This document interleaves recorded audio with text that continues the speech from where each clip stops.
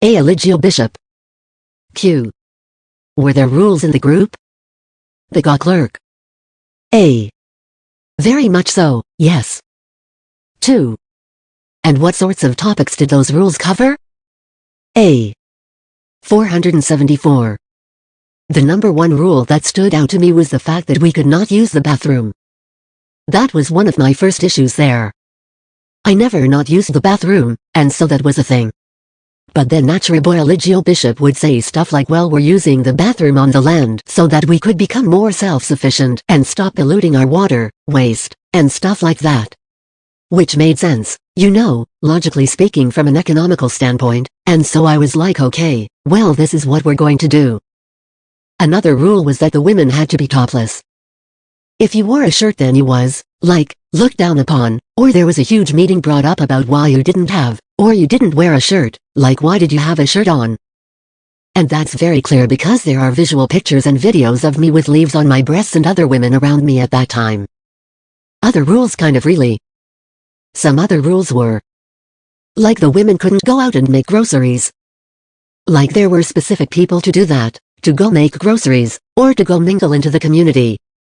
Other rules were like we couldn't watch stuff on Family, and then if we did we would get scolded. Q, let me stop you.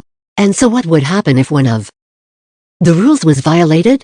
Like what might be a consequence for that? A, most of the time a meeting would be brought up and then we would discuss the issue at hand in front of everybody. And then everybody would give their opinion, but it would basically be everybody bashing whoever is in the center of the whoever did something wrong. Make them feel like really, really, really low. 2.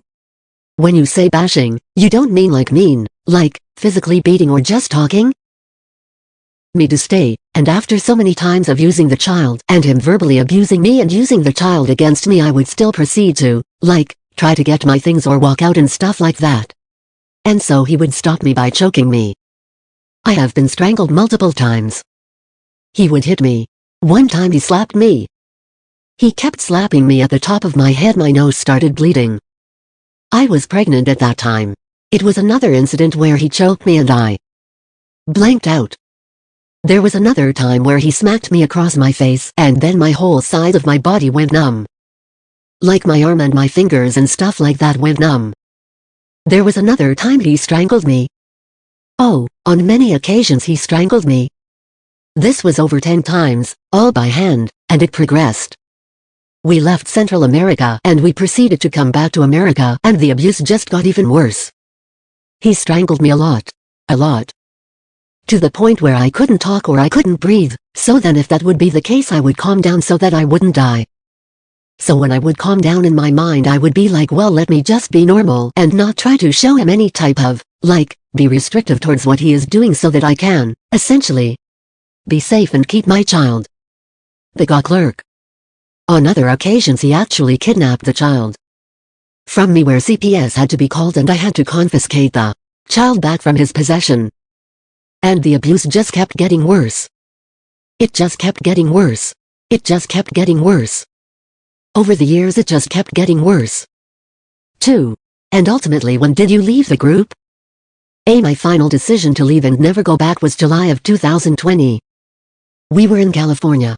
I don't remember exactly where we was in California, but this was the day where it was the 4th of July, and so everybody was partying and stuff.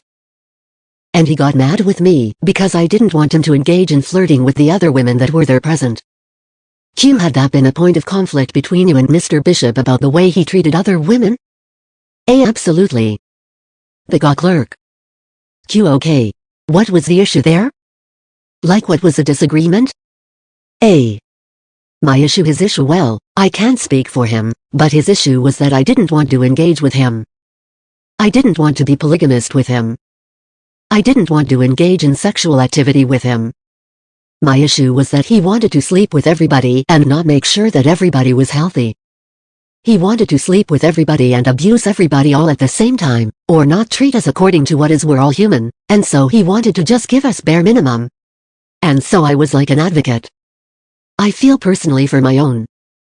On multiple occasions every time he abused me he ordered women within the camp or the group to take every item out of my arms so that he could proceed to abuse me, which actually happened. They took the child out of my arms so that he could do that, but that was the incident that led me to my final decision to leave and never go back. And so I had to go through protection orders and everything like that after the fact, and a divorce after the fact. 2. And so how long between the beating on July 4th and when you actually left? The clerk.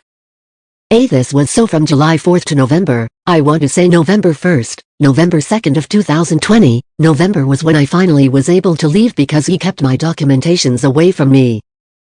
When I would show any emotion to want to leave, or to want to not be around him, or to not want to be around these women, he would physically abuse me.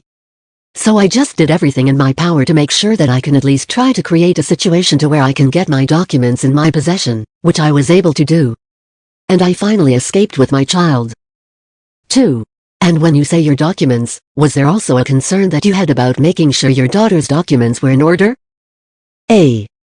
Yes. There was a concern for that. That issue was out of my control because I wasn't able to provide 5 years' worth of residency from the United States to pass the citizenship down to her. He was able to get his credentials and do it, but because 2019, of his negligence for wanting to make sure that everybody is safe, he did not get her citizenship until July. Which I have a copy of her birth certificate to prove that we smuggled her through borders from Mexico to Nicaragua. And then the Nicaraguan government forced us to get her citizenship because we absolutely could not travel like that. 2. So by November 2020 you were able to leave. Is that right? Q. Yes. The clerk. Okay. And what happened after that with respect to did Mr. Bishop continue to try to contact you? Was that the end of it? Like what happened after you left? I blocked everybody. I kind of went silent. I went back home to Louisiana, and I was in the process of getting a protection order and a divorce, but it was very hard for me to get the protection order because I needed evidence, and that was all done across seas, and so there was no way that I was able to get that evidence to get the protection order. And he was also fleeing from house to house, so he didn't have a stable address for me to get him served. And the divorce, you have to be stationed and live in Louisiana for a year, and so eventually I traveled to another state, and when I finally got to the state I was able to follow through with the protection order, which was in Ohio.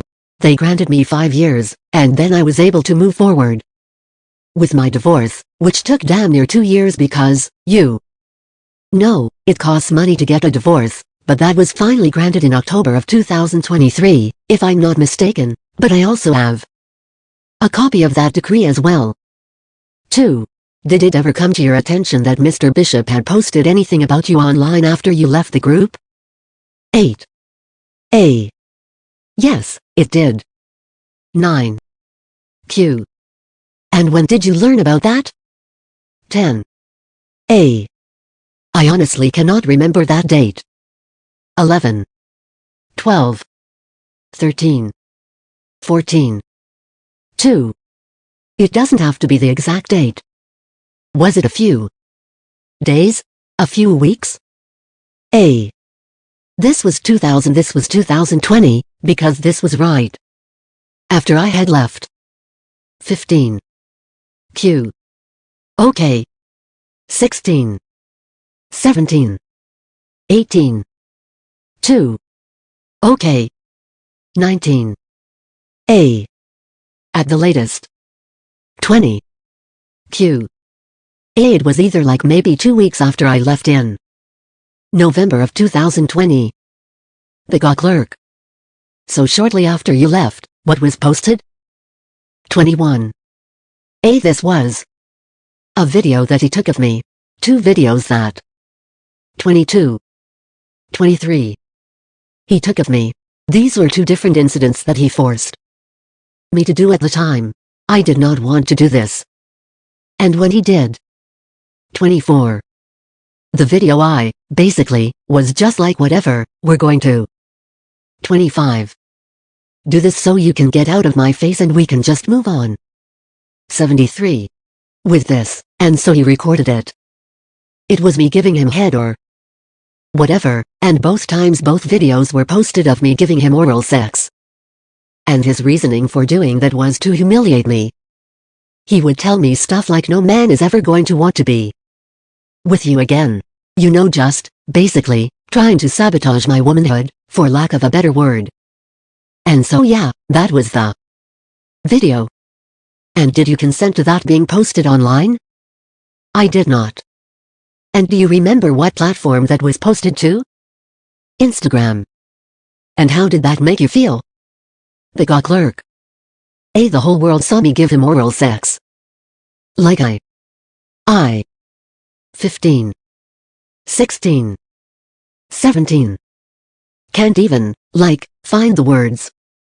I have had to numb myself from that because it is not something good to feel, so I'm just numbing myself at this point and moving forward. 78. 2. Were the women in the group allowed to say no to Mr. 19. Bishop? 20. 21. 22. 23. 24. No one was allowed to say no to Mr. Bishop. 2. What would happen if you or any other person in the group said no to him when he asked for something? When I physically was there, most of the time the other members would get verbally abused. I would get verbally 25 abused and physically abused. I have never seen him hit anyone. Hey yo, if you enjoy this content, please support the channel at and don't forget to follow me on all my social media platforms, especially Rumble, because I can put content on there that I can't put on YouTube. So please support that. I will put my beacon link in the description box. That way you can follow me on all social media, Discord, Facebook, Twitter, wherever. You can follow me wherever. Please support the movement. CV Killer forever.